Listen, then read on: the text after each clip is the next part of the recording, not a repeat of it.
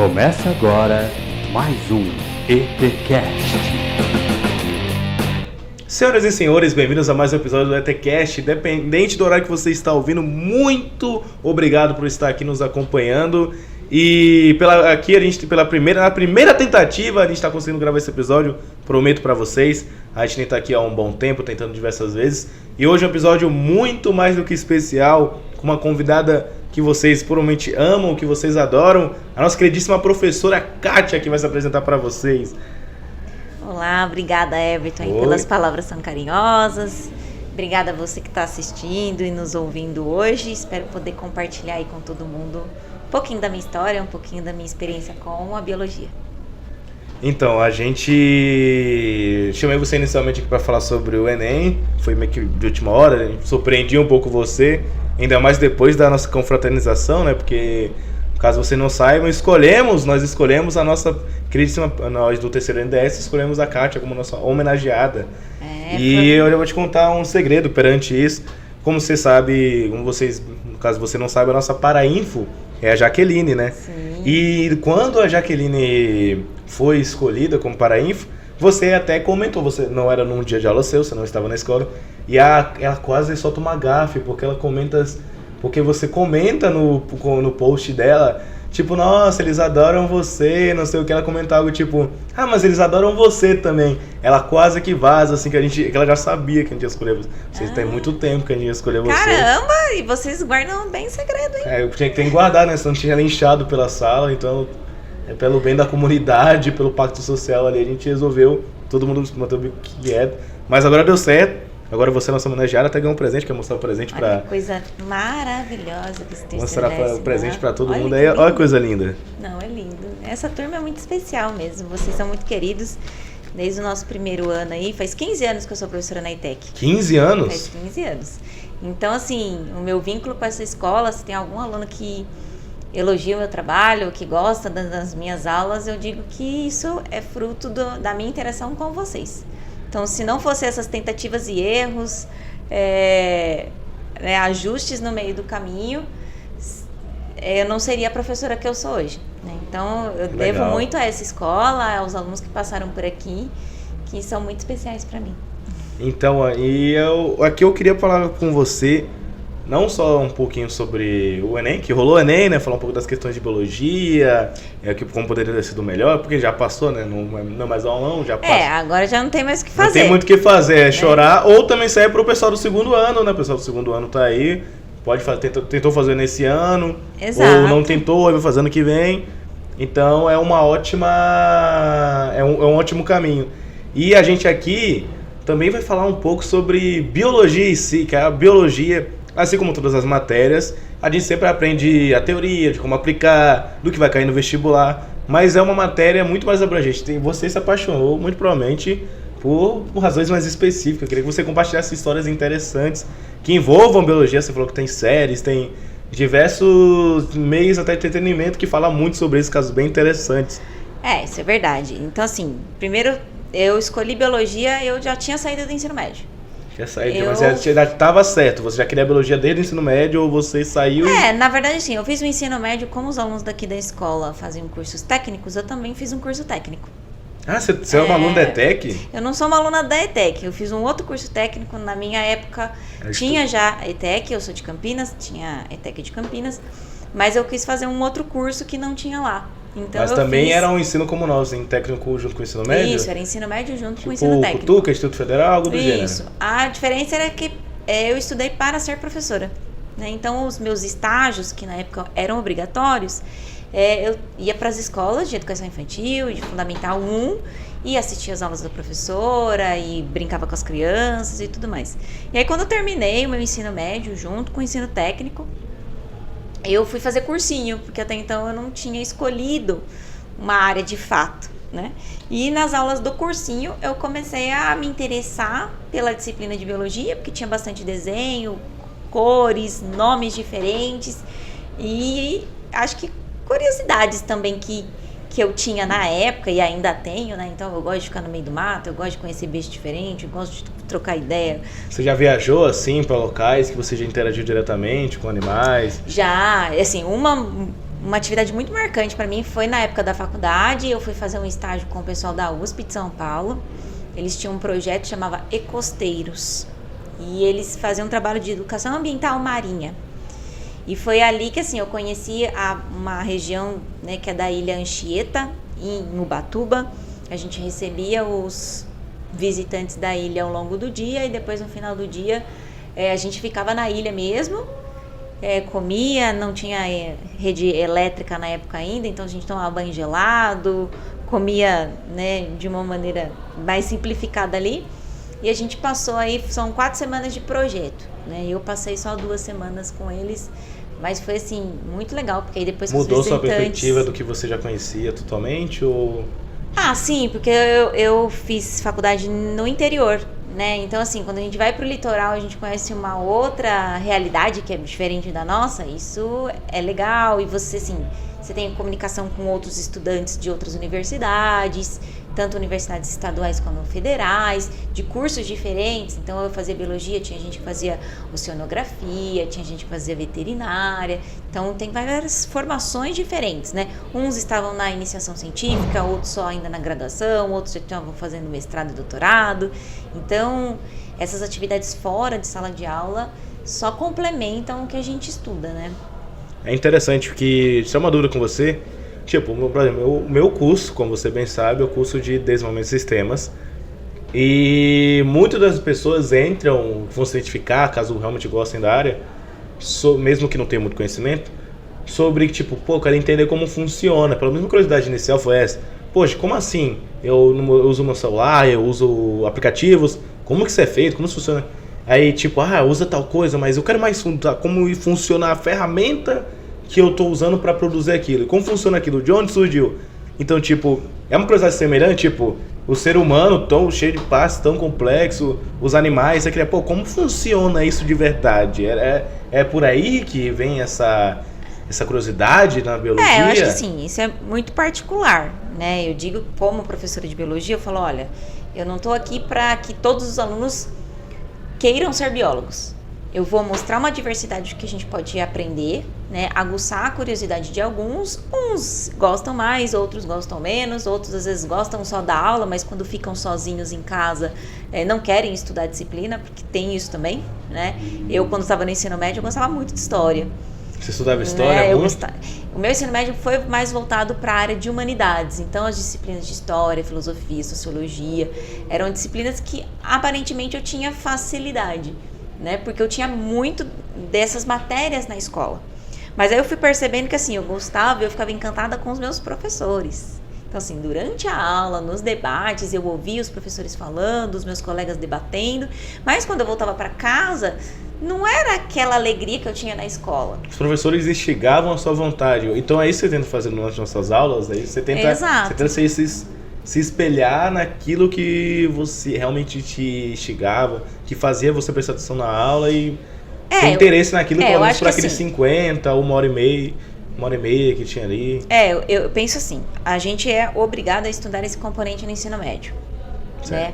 Então assim, que a gente tenha um pouco de alegria ao aprender alguma coisa. Então assim, aprender por aprender não é o meu objetivo, mas aprender a ponto de você se encantar com ela ou falar, professora, valeu, eu tive essa experiência de 2 anos, 3 anos, dependendo do currículo que a gente tem, e gostei, quero seguir carreira na área das ciências biológicas, seja com saúde, seja com plantas, seja com animais, ou não. Valeu, eu tive ali algumas aulas de genética, falei de evolução, falei de animais, mas não é essa a minha praia, eu quero estudar outra coisa e seja feliz. O objetivo das nossas aulas é fazer você aprender e fazer você gostar disso, né? Se você quiser se aprofundar, maravilha, vai ser ótimo. Mas se não, também que você entenda o significado, a importância desse componente curricular, né? Para questões da própria vida da gente, né? Quando a gente fala sobre propagação de doenças, né? Caiu exercícios falando sobre doenças em Enem, qual que é a importância de preservá-las, por que algumas doenças a gente não ouve mais falar, né? Porque a gente mora numa região que às vezes tem tratamento de água e esgoto adequados. Então, isso tudo faz com que você comece a perceber um pouquinho da biologia no seu dia a dia. Biologia também instiga a curiosidade, né? A gente está falando sobre evolução nesses últimos meses. E eu acho interessante como, isso até entrando no conceito filosófico, como para o ser humano foi mudando a perspectiva do que, como que a gente chegou onde está, porque os animais são assim, porque milhares de anos atrás os animais têm registro de serem de tal outra maneira e hoje em dia eles são totalmente diferentes, de como o lobo se tornou um legal. cachorro. A ideia é que assim, quem gosta de trabalhar com ciência, gosta de trabalhar sempre com a dúvida. Não existe sempre um certo 100% o tempo todo. Até matemática. Existe uma verdade até esse momento. Se a gente conseguir aprofundar um pouco mais esses assuntos, pode ser que a gente encontre outras respostas? Pode. Então, né, dentro da disciplina de biologia a gente trabalha isso, mas qualquer outro componente curricular, né, toda ciência, seja ela humana, exatas ou biológicas, elas vão sempre procurar por respostas. Então, assim, a gente sempre tem que ter a dúvida. Às vezes já teve aluno que quis falar assim, professora, mas eu quero saber o que é o certo. O certo até o momento. Então, quando você citou a questão da evolução, a gente tem teorias evolutivas que explicam a evolução dos seres vivos, né? Até hoje, a gente aceita uma teoria que é de Charles Darwin. No entanto, se a gente estiver estudando, se a gente estiver se aprofundando, a gente consegue aprimorar essas teorias e melhorar e ter explicações plausíveis para isso. Quem sabe descobrir que é bem mais abrangente e outro caminho que a gente nem estava conseguindo enxergar, talvez. Sim, a gente tem, no caso de teorias evolutivas, né? No século XIX já foi proposta uma teoria. No século XX a gente tem um avanço da genética que melhora essa teoria. Então a ideia assim, é não te dar respostas sempre prontas e muito bem definidas. Não, eu te dou uma resposta até o momento, a mais adequada para esse instante e assim sucessivamente. Bem, você me contou histórias bem interessantes. Eu vou dizer para você, eu não sou aluno que tem um foco de atenção, não só na sua aula, na maioria, mas a sua é que uma que até que eu me mantenho ali, tento até prestar certa atenção. E um momento que você me prende, isso é o que prende o aluno. Tipo, você conseguir tornar aquele assunto muito interessante, tornar aquilo próximo, tornar aquilo, meu Deus, isso aconteceu, isso envolve essa matéria que pra mim é tão cotidiana, mas na verdade pode ser muito mais interessante do que o costume. E quando o professor faz isso, vou dar um exemplo. O professor Maurício de Química, ele tem um método dele de aula, dúvidas, perguntas, enfim, ele tem o jeitinho dele lá. E detalhes no começo da aula, depois que ele fazia toda a explicação, ele pegava aquele assunto e falava: bem, por exemplo, no Brasil já aconteceu casos assim, já aconteceu esse tipo de momento, colisão química, já houve a história, ele contou a história do Césio 137, ele contou histórias de vilarejos que foram totalmente contaminados, então foi tornando interessante, contou histórias de empresários brasileiros químicos, enfim. Mesmo que ele conte aquela história que entretenha, que traga a gente pra isso, e que a gente ainda consiga aprender, nossa, tem que tomar cuidado por causa disso, ele, em sequência, voltar da matéria, a gente já vai estar muito mais preso naquela matéria. Eu quero entender isso que ele acabou de explicar. E eu queria que você contasse pra gente uma história que me prendeu quando você fez algo parecido, que foi quando a gente estava aprendendo sobre genética, e você disse que eu não lembro se era uma série, eu não lembro se era um documentário, que contou uma história bem interessante de uma menina, enfim, até um pouco pesado, mas mesmo assim, algo bem interessante. Bem interessante mesmo. Legal você compartilhar com a gente. Vamos lá. Às vezes alguns alunos comentam sobre séries que eles assistem, se algumas coisas são verdades ou não, outros falam, professor, eu vi isso no TikTok, isso é verdade ou não. Isso é legal, né? Então, assim, trazer para a sala de aula o que vocês viram ou vocês mesmos perguntarem, né, a partir das séries que vocês assistem e assim por diante, isso é sempre válido. Normalmente, quando a gente trabalha genética, uma das minhas últimas aulas, eu tento trazer para vocês algumas aplicações desse conhecimento. E o livro que você está falando se chama Genética, dando destaque ao item ética dentro da genética, escolhas que nossos avós não fizeram. Né? Certo. E nesse livro, ele é escrito por uma professora da USP, Universidade de São Paulo, Mariana Zatz, e ela conta fatos reais vivenciados por ela, né? Então, são pequenas histórias, cada capítulo é uma situação diferente. Eu não vou me abordar em nenhuma delas para que as pessoas possam ler esse livro, né? Mas contar uma, eu acho que você poderia... Dá pra gente contar alguns trechinhos de histórias, né? Claro. E aí ela conta essas histórias e ela fala da dificuldade da gente, da responsabilidade, na verdade, quando a gente está lidando com vidas, né, sejam elas humanas ou não, né, nas nossas escolhas, né? A gente não escolhe necessariamente o filho que a gente tem, né, em termos de características físicas, mas quando você faz uma inseminação artificial, você tem um leque de escolhas sobre o pai dessa criança, que é um doador, uma mãe e assim por diante, características físicas, e dominante pode chegar, né, nele. E isso dá pra gente fazer um bate-papo às vezes com um professor de história, por exemplo, né, que a gente já viu ao longo da história situações envolvendo racismo, né, para que a gente consiga eliminar esse tipo de situações no nosso dia a dia. As coisas para manter a pureza genética. Exato. Tinha esse papinho? Tinha. Se eu não me engano, tinha algo com os reis. É por isso que aconteceu muitos casos meio que entre os próprios famílias. Então assim, quando a gente fala assim, vamos manter aquela pureza, como você mesmo colocou, né, entre as famílias, né? Então, famílias que têm uma genética já muito parecida e você fazer cruzamentos entre esses indivíduos, isso faz com que aquela genética fique sempre quase que a mesma, vamos dizer assim, né? Vai ter uma diversidade? Vai, mas a chance de ter uma diversidade, ela acaba sendo reduzida. Então, algumas características acabam sendo mais comuns a um grupo populacional do que outro, porque eles estão cruzando apenas entre eles. Eles, né, não estão fazendo uma miscigenação. Né? E quanto mais variedade a gente tiver, melhor. Né? Melhor para a população como um todo. Vamos pegar dos cachorros, né, que você comentou a questão evolutiva deles, né? Quando a gente tem as raças dos cachorros, ele não é um conceito biológico, né? O conceito biológico é de espécie. Então, todos os cachorros, eles pertencem à mesma espécie. Mas se eu falar uma raça labrador, por exemplo, você e outras pessoas que vão estar nos ouvindo, eles vão saber como que é o padrão de um labrador. Se eu falar um pastor alemão, a mesma coisa. E a gente fala que o cachorro mais saudável que a gente tem é o vira-lata, né? É o caramelo. Por quê? Porque ele tem uma mistura de genes ali e alguns desses genes que poderiam causar alguma doença ficam escondidos, ficam recessivos, que a gente fala. Né? Só que se a gente tem cruzamento sempre labrador com labrador, no sentido de sempre ter as mães cruzando com seus filhotes, esses retrocruzamentos, isso faz com que algumas doenças venham a aparecer. Mas uma das coisas que eu achei legal, voltando à história do livro que você comentou, é que assim, a partir do momento, eu posso não querer me submeter a um exame de DNA. Claro. Né? É um direito meu.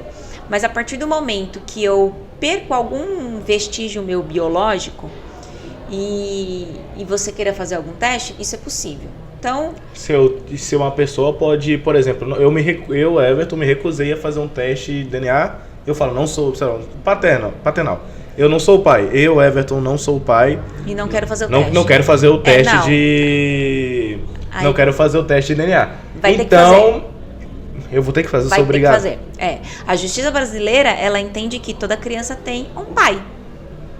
Então, se tem uma mulher que está aí duvidosa com relação à paternidade desse filho e pede para você fazer o teste de DNA, faça o teste de DNA, né, e prove que você é ou não o pai da criança. Tá? Em algumas situações, caso isso aconteça, você falar, não, eu não quero, né? Tô batendo um papo aqui com você, não quero fazer o teste. Quando a gente passa a mão no cabelo, algum fio de cabelo nosso sai, por exemplo, e aí eu deixei um fio de cabelo meu sobre a mesa, se alguém quiser usar esse material para fazer algum tipo de teste, pode. Esse é um material perdido ali. Eu posso falar, não quero, né? Não vou fazer um teste sanguíneo, nem da mucosa da bochecha, nem do cabelo. Mas se eu deixar um fio de cabelo aqui, por exemplo, é um material... Eu não sei se mantém exatamente na sua área, mas até de questão de direito, tipo, não tem algo que defende, tipo... Por exemplo, você não perdeu, a pessoa pegou, mas tipo, se eu tiver como provar que ou não foi perdido, assim, a pessoa, tipo, foi lá e propositalmente arrancou... Se você tiver como provar, aí tudo bem, né? É lógico que assim, e você tocou num assunto que foi interessante, que essa semana mesmo, uma aluna me escreveu no Instagram falando que estava com saudades e tudo mais. E ela... Tá vendo como você é querida? É da área do direito, né? E ela mesmo falou assim, professora, eu queria muito um dia, quem sabe, fazer biologia, porque eu gosto, eu sou curiosa, mas por conta de outros fatores, ela acabou indo para essa área, né? E dentro da área do direito, a gente pode ter aí situações que a gente se depare com fatores biológicos também, né? Sempre então, às vezes a gente fica limitado a falar, não, eu sou da área de humanas, ou eu sou da área de exatas, né? Principalmente humanidades e exatas, que parece que um não gosta de jeito nenhum do outro, né? Só que eles conversam mais do que a gente imagina. E as biológicas ficam ali no meio, não é nem biologia, mas também não é nem exata, né? Então, a gente é feliz com todo mundo, vamos dizer assim. Tô em cima do muro. Dentro dessa área do direito, a gente pode obter aí alguns recursos que faz com que a gente aprenda coisas e retome conceitos de biologia também, né? E tá muito mais no nosso cotidiano do que a gente imagina.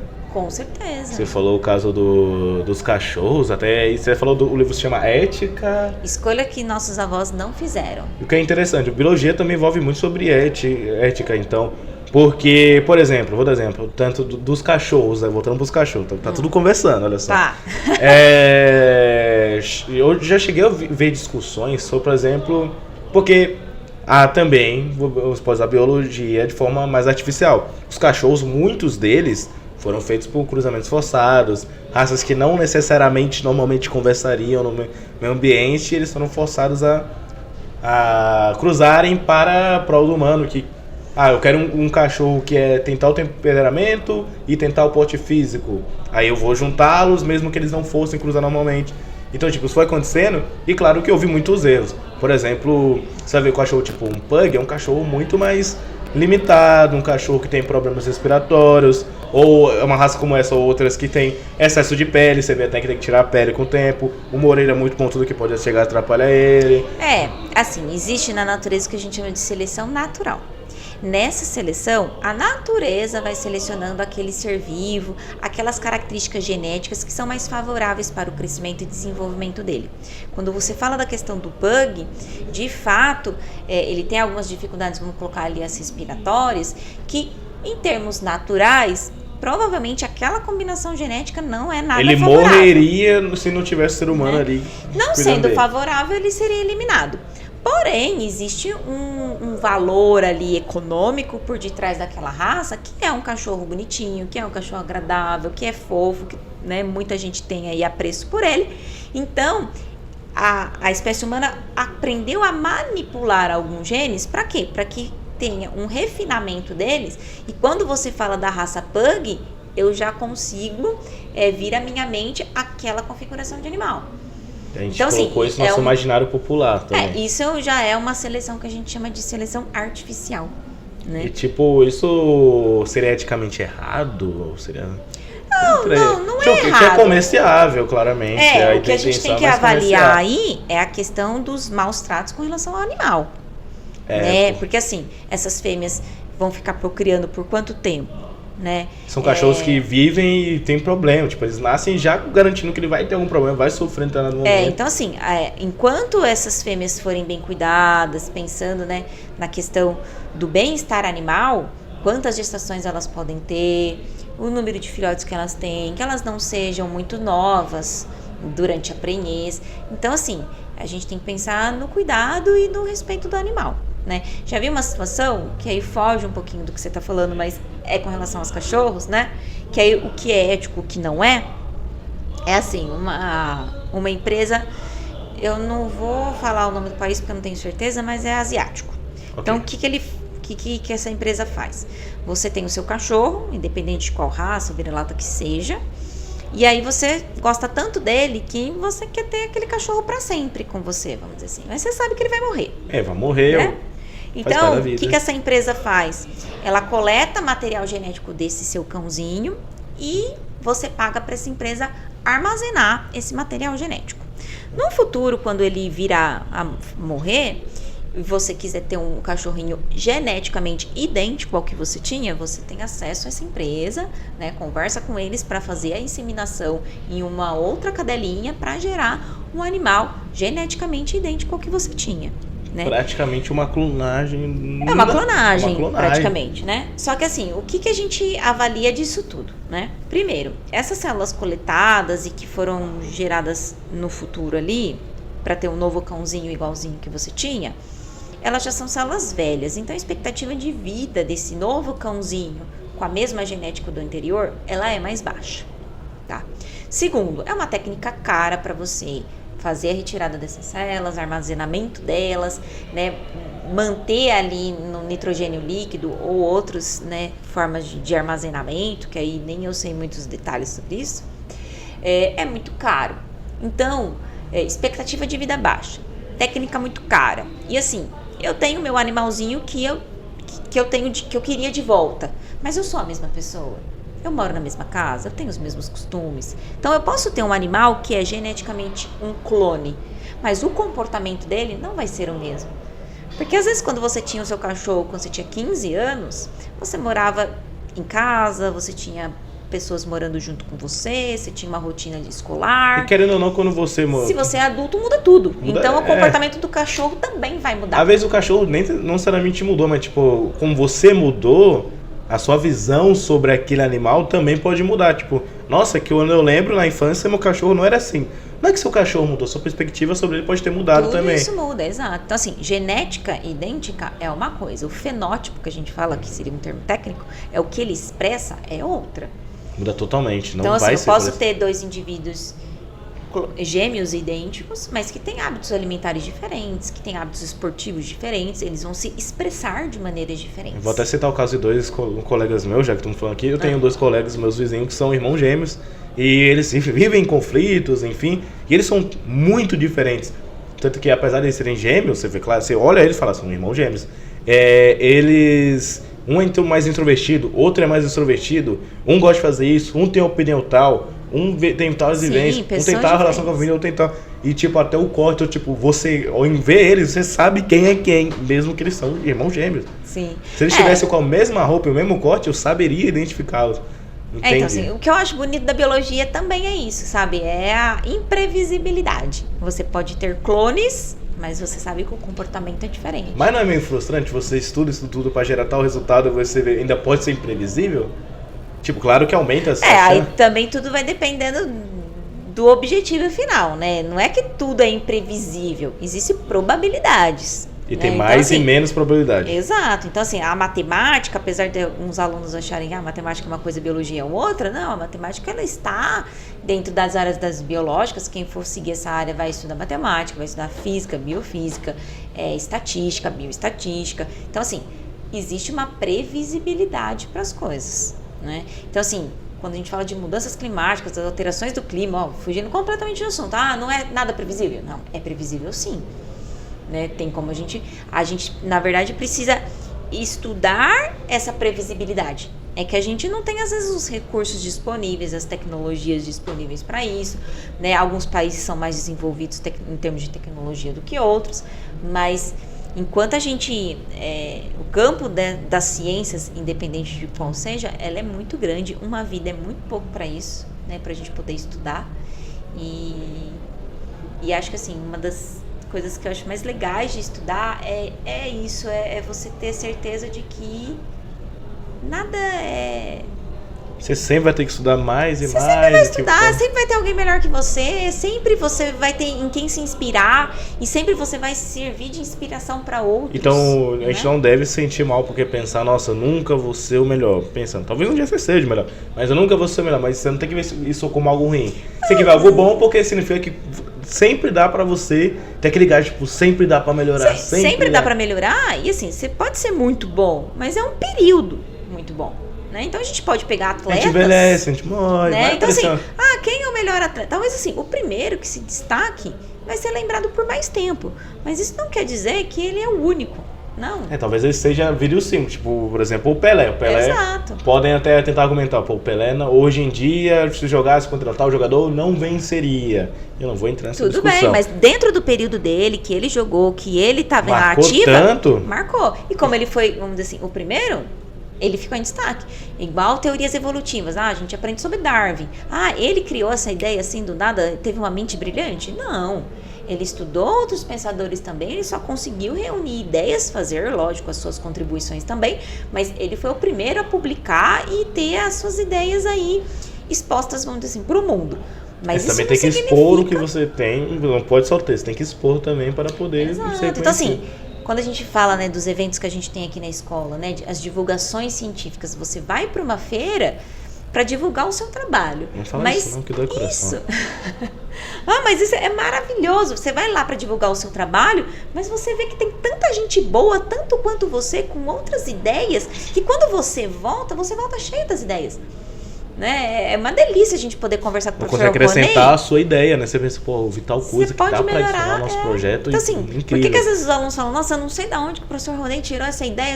Por quê? Porque a convivência com outras pessoas boas. Ele tá sempre inserido em projetos. Exato, né? Ele é um professor, nosso tesouro aqui da escola, mas que ele não, faz ele diz com que nós somos os tesouros dele. Mas ele é o nosso tesourão, né? Nós somos todos só tesourinhos. Mas ele faz com que essa ideia de produzir ciência, de fazer projeto diferente todo ano, né? E cativar tantas outras pessoas. Então, o barato da ciência é esse. Antes mesmo, Lentico, eu quero que você conte pra nós eu vou puxar aquela história da guria. Antes de puxar a história da guria, podendo usar até os termos, mas da guria lá, não tem problema, relaxa, não tem problema aqui. Eu queria comentar, usando como ponte para chegar nessa sua história da menina, que enfim, teve questões familiares e tem meio que uma reviravolta na história. A gente tá falando sobre o Pug e tal. E outro exemplo, eu não sei se entra nisso também, usando como ponte para chegar no seu assunto, seria o Panda, o urso panda. Porque se eu não me engano, ele é um animal que ele tem um problema, ele tem todo o período dele de sono, tem toda a maneira que ele se alimenta. E pelo que dá pra ver, ele é um tipo de animal que hoje em dia ele tá com a extinção e ele tá sendo preservado em ambientes fechados. E pelas características dele, pela maneira que ele se porta, ele por si só, por causa dos predadores, ele não estaria vivo hoje em dia, muito provavelmente, levando em conta. E nós, os seres humanos, nós não fazemos o que a gente faz com o panda com os outros animais. Por achar ele fofo, por ser comerciável, a gente acaba mantendo esse animal em existência. O que você acha sobre isso? Porque, por exemplo, a gente escolheu um animal específico para poder... Sim, é claro que assim, quando a gente fala de grupos de animais, tem animais que a gente conhece mais, tem animais que a gente conhece menos. Mas é óbvio que, por sermos mamíferos, a tendência, inclusive evolutiva, é a gente acabar se assemelhando a esses grupos de animais e gostando mais desses grupos de animais. Aí ser mamífera envolve isso. Do que de outros. Por isso que a gente tem um tanto repúdio por insetos, por serem tão diferentes. Pode ser uma explicação aí, né? Não posso garantir com toda certeza. Aí vai mais pro lado biológico, psicanálise. Pode ser que assim, você fala assim, a gente fica muito mais sensibilizado quando acontece morte numa, sei lá, no local envolvendo espécies humanas do que morte de animais em um desastre ambiental ou em uma queimada. Por quê? Porque eu sou mais sensível a pessoas da mesma espécie que eu. Então a gente sente mais aquilo que é mais identificável. Tem um livro que chama O Gene Egoísta. E ele fala que, grosseiramente falando, né? Porque a obra também tem que se aprofundar mais. Mas ele dá alguns indicativos de que a gente tende a querer preservar o que é mais próximo evolutivamente da gente do que outro. Como o panda. Né? Ou, assim, se alguém fala assim, por exemplo, sei lá, tá pegando fogo na ITEC. Que horror, né? Mas, provavelmente, pessoas da minha família, da tua família, vai começar a ligar aqui na escola, vai começar a tentar vir pra cá. Pra quê? Pra resgatar as pessoas.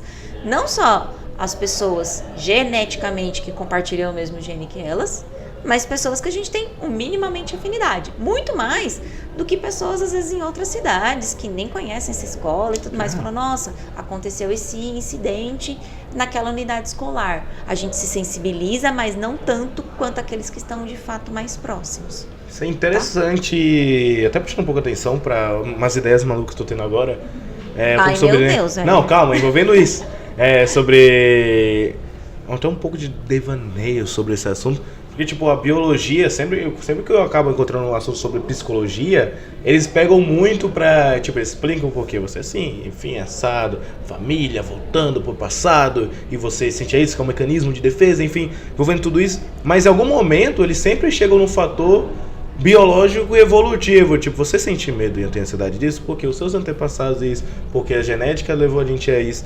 E essa coisa da aproximação me leva a criar até, tipo, uma pirâmide, não sei se seria uma pirâmide. Por exemplo, eu e você, a gente mora aqui em Campinas, Montemor, região, Sim. Hortolândia, região. E se a gente, tipo, ouvir uma notícia, tipo, aqui em Hortolândia pegou fogo, uma ONG, morreu diversas pessoas, tem um incidente trágico. A gente vai pensar, meu Deus, é aqui do lado de casa, tipo, aconteceu próximo de mim. Se acontece a mesma coisa no Japão, é chocante, mas é o outro lado do mundo, então você já se afasta, aquilo que tá longe você já não sente tanto.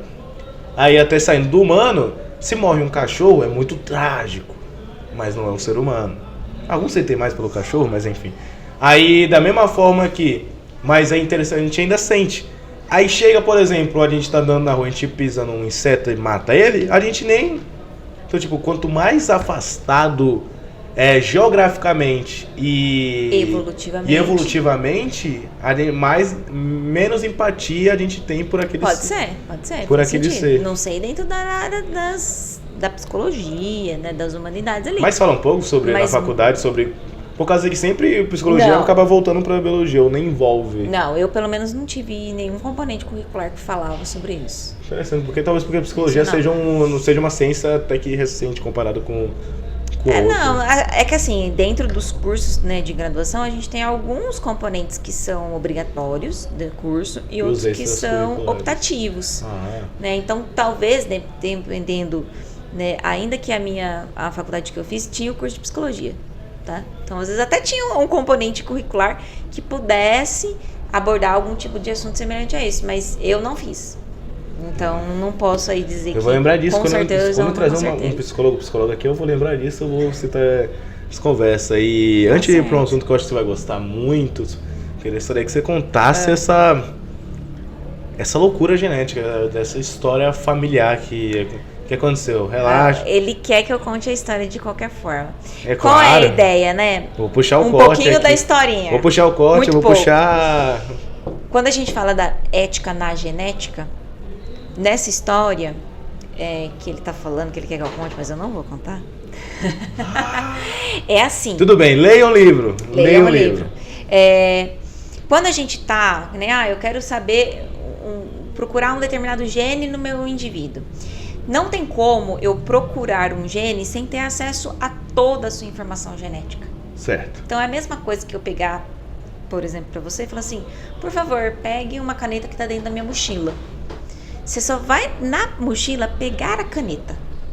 Porém, você vai ter acesso a outras coisas que tem dentro daquela mochila. Pode ter uma sombrinha, pode ter uma marmita ali dentro, pode ser um passo escolar, pode ser outras coisas. E aí, assim, o que é ético dentro da genética? Eu pedi para você pegar a caneta. Então, é isso que você vai fazer. Certo. Só que você tem acesso a outras informações que pode aí desencadear outras informações a meu respeito. Então, no livro, em uma das histórias, que ela conta, é um pouco isso. Você veio no meu consultório fazer uma análise genética à procura de um gene. Eu vou procurar para você, só que eu vou ter acesso a outras informações. Dependendo da informação que eu tiver, eu falo para você ou não? Uma vez é uma informação que pode mudar totalmente a sua dinâmica. Mas você não veio com esse objetivo, entendeu? Você veio à procura de um gene, eu acabei encontrando outro. Certo. Mas aí você vai falar assim, mas por que você encontrou outro, professora? Porque na análise genética é isso. Para eu procurar o gene que você quer, eu tenho que procurar pelo material genético inteiro. Você não vai aquilo especificamente, você vai encontrar o que você tiver para encontrar ali. Então assim, se você... E aí ela fala isso, devo falar que eu encontrei outras coisas? Você deve falar para mim, Kátia, eu vi na sua mochila uma marmita, uma sombrinha, não sei o quê. Eu falo, pô, Everton, não era pra você ver essas coisas. Era pra você pegar a caneta. Você pediu a caneta na bolsa. E aí eu posso não gostar. E aí, e o contrário? Olha, eu pedi pra você fazer a análise desse gene. Por que você tá falando de outro? Eu não quero saber de outro. E às vezes você vai trazer outros problemas pra aquela pessoa. Ou às vezes uma terceira ou quarta pessoa, por exemplo. Ou às vezes não. Mas assim, o que é ético? É eu fazer o que ela pediu?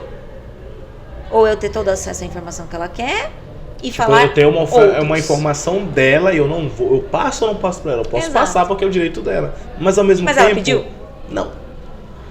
Isso Então pode é envolver isso. uma terceira, quarta pessoa Mas também, leiam né? o livro, depois qualquer coisa, eu passo mais detalhes dele pra vocês. pra quem Todo mundo vai te quiser perguntar na assistir. escola porque você tá fazendo Pois muito é. mistério. E só finalizando, tipo, às vezes pode ter uma terceira, quarta pessoa, por exemplo, você pede. Você está conversando, eu tô conversando com você aqui, e você fala, Everton, pega uma caneta minha, um material meu na bolsa do meu marido. Você não tem marido, mas enfim, na bolsa do meu marido. Aí eu vou lá, eu encontro a caneta que você pediu e eu acabo encontrando outras coisas. Sim. É igual Eu a falo ou não gente falo no pra dia a você? dia, né? Ah, você pega o celular de alguém. Ah, tá aqui meu celular, tira uma foto minha aqui junto com o Everton nesse evento e tudo mais. Eu liberei o meu celular ali, você pode falar, tô vendo. Chegar uma mensagem no Instagram ou no WhatsApp ali e você vê uma mensagem que não era pra você, era pra eu ver. Né? Então, esse livro é bem legal e acho que é legal porque une dois componentes curriculares, né? Que é a questão das humanidades dentro das biológicas, né? Porque às vezes tem aluno que fala assim, não, eu sou só de exatas, só de biológico. Não existe isso, gente. A gente permeia... É bem mais abrangente. A gente permeia por todas as áreas do conhecimento. Quase como a ética na informática. Se eu vou acessar se eu vou consertar o computador de um senhor, eu posso entrar no computador e ver lá que tem muitas informações que comprovam que aquele cara tá traindo a esposa dele. Então, mas eu não posso fazer isso. Você tem que manter o sigilo. É a questão de ética. Olha, ele pediu para você consertar o computador dele. E não para você ter acesso a fotos dele, nada disso. Você pode até acessar, porque enfim, você está a gente pode até acessar ali, mas se você usar isso contra ele, ou só usar, ele pode entrar na justiça e falar, olha, não, né, violou ali os meus direitos. Isso até em questões de criminal, porque pelo que eu conheço da lei, tipo, se você tem uma prova contra uma pessoa, mas essa prova foi conseguida de maneira ilegal, essa prova não vale. Tipo, pode ser, por exemplo, você entrou cada pessoa, você gravou um vídeo dela traindo a esposa dele. Essa prova, por mais que ele mostre pro juiz, aqui ó, esse cara está traindo a esposa dele, existe filmagem, tá aqui. Tanto o advogado quanto o juiz pode argumentar que essa prova não é válida porque ela foi feita em crimes e invasão de propriedade, enfim. Exato. Então é muito bom, né? A gente pensou em falar de Enem e acabamos falando de outros assuntos, mas é isso. O Enem, biologia é gostoso exatamente por isso. Eu falei que a gente conseguia mostrar porque é tão interessante. Tanto que o Enem, assim como eu fiz com a Juliana, vai ter ano que vem, vai ter o Enem. E eu não estarei mais aqui, mas eu ainda vou lembrar a princesinha que tá aqui gravando com a gente, a Giovana, que vai chegar, quando estiver perto da fase do Enem, para chamar tanto você quanto a Juliana, o meu professor de matemática, que não vai ser mais a Rosângela, salvo me engano, enfim, chamar os professores para cada um ter um aulão com horário melhor, porque os horários aqui tá complicado. A gente tá tentando gravar. Que final de ano é muita prova, é muita coisa pra gente fazer, né? Vocês então, fazendo prova, a gente também. Então, às vezes, fica meio corrido. Os professores até uma amenizada, porque falam, eu sei que tá difícil pra você, tá difícil pra mim, vamos se ajudar? Tá difícil pra todo mundo, exato. Então, vai ter um momento que todos os professores vão ter muito tempo pra fazer o aulão, montar as lives, enfim. Ano que vem, eu tô prometendo algo, e nem vou estar aqui, mas tô prometendo que vai. Mas tem gente que vai estar aqui. Vai ter os aulão, vou fazer ela cumprir essa promessa e com todos os professores.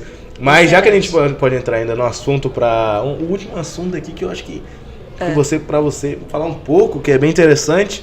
Você iniciou uma nova universidade, né? Foi. Uma nova VIEAD, que vida de professor, né? Vi Enem. Eu tive que fazer Enem ano passado. Não sabia disso. Pra conseguir pleitear a vaga. Olha só, e o motivo de tal coisa foi porque você se deparou com uma situação diferente, que você em 15 anos nunca tinha vivenciado. Professora, eu queria que você falasse um pouco como você se sente, o que você viu, como você viu as interações na sala, o que você pensou e como isso mudou o seu coraçãozinho, sua vida aqui, né? Assim, a gente tem aluno que fala, faz 15 anos que você é professora, é sempre a mesma coisa? Não é sempre a mesma coisa. Cada ano a gente tem um grupo de alunos diferentes, cursos diferentes, realidades diferentes. Então, assim, no ano passado, aqui na ITEC, a gente teve a chegada, não no ano passado, né, mas que eu conheci o nosso aluno Flávio, que é um aluno surdo, e eu nunca tinha me deparado com uma situação como essa, né?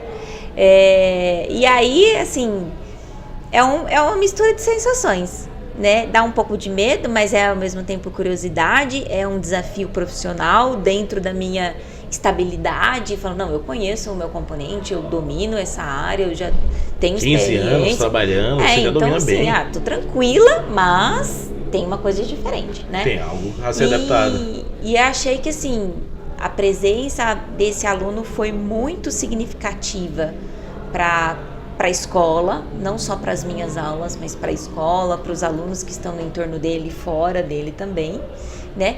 Que isso fez com que eu repensasse um pouco ali a minha formação, que na minha época de faculdade não tinha nada voltado para educação em Libras ou para alunos cegos ou com alguma outra característica que diferenciasse.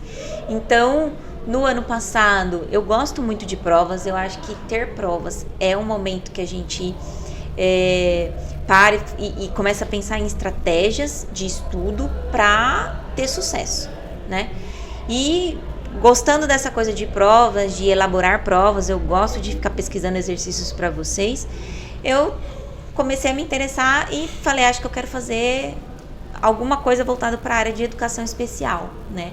E eu queria fazer uma coisa que que tivesse qualidade, porque às vezes a gente vê vários cursos de pós-graduação, você paga não muito caro e faz, e às vezes tem gente que faz de qualquer jeito só para ter titulação.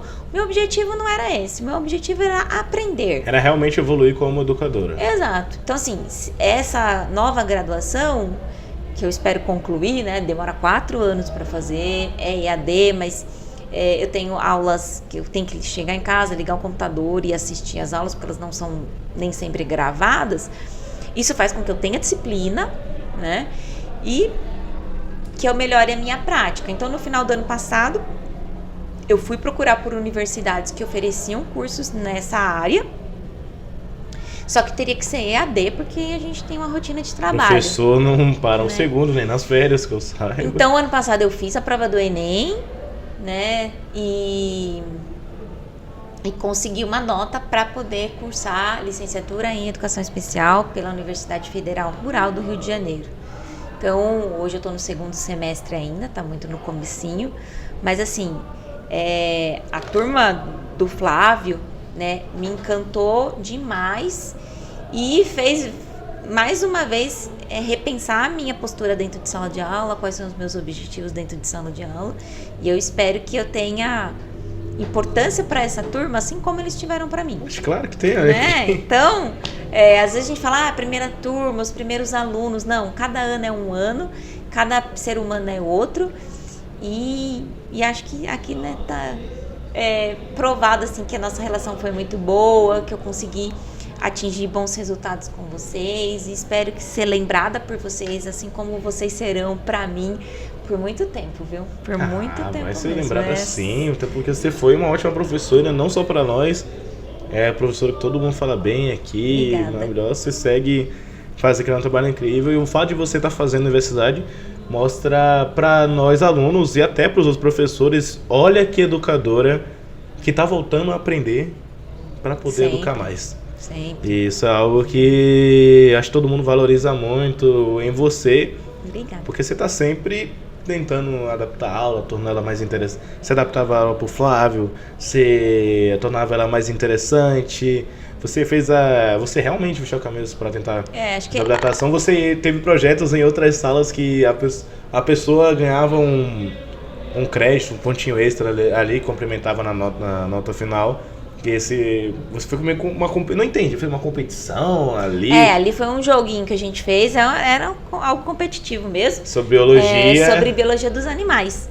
Então, eles tinham os mascotes deles, eles tinham o nome das equipes, e aí eu pedi para que esse mascote fosse um animal, porque é o tema do nosso assunto, para que eles procurassem ali na Libras o sinal referente àquele animal, para a gente tentar incluir. A escola, ela tem que ser inclusiva, né? O mercado de trabalho tem que ser inclusivo. Então, assim, quanto mais a gente conseguir diversificar, e dentro da biologia o que mais a gente gosta é diversidade, né? Então, quanto mais a gente conseguir diversificar a nossa aula, mais alunos a gente vai atingir, né? Às vezes a gente pensa, você falou do Flávio, a adaptação não é simplesmente para ele, né? Eu tento fazer uma aula mais visual, mas tem alunos que são mais visuais. Então, quem ganha não é só um, não é só o Flávio, né? É todo mundo que ganha.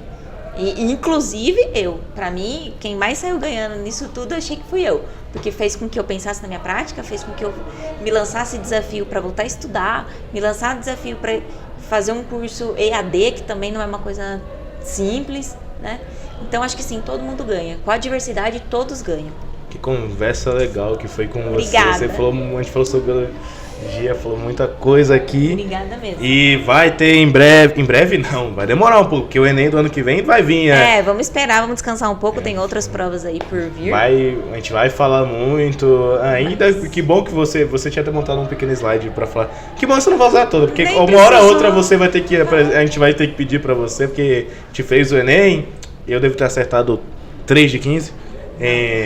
Mentira, eu espero não decepcionar tanto. Enfim. Mas E obrigada pelo convite, né, pela disposição aí da equipe toda em organizar. Foi um prazer.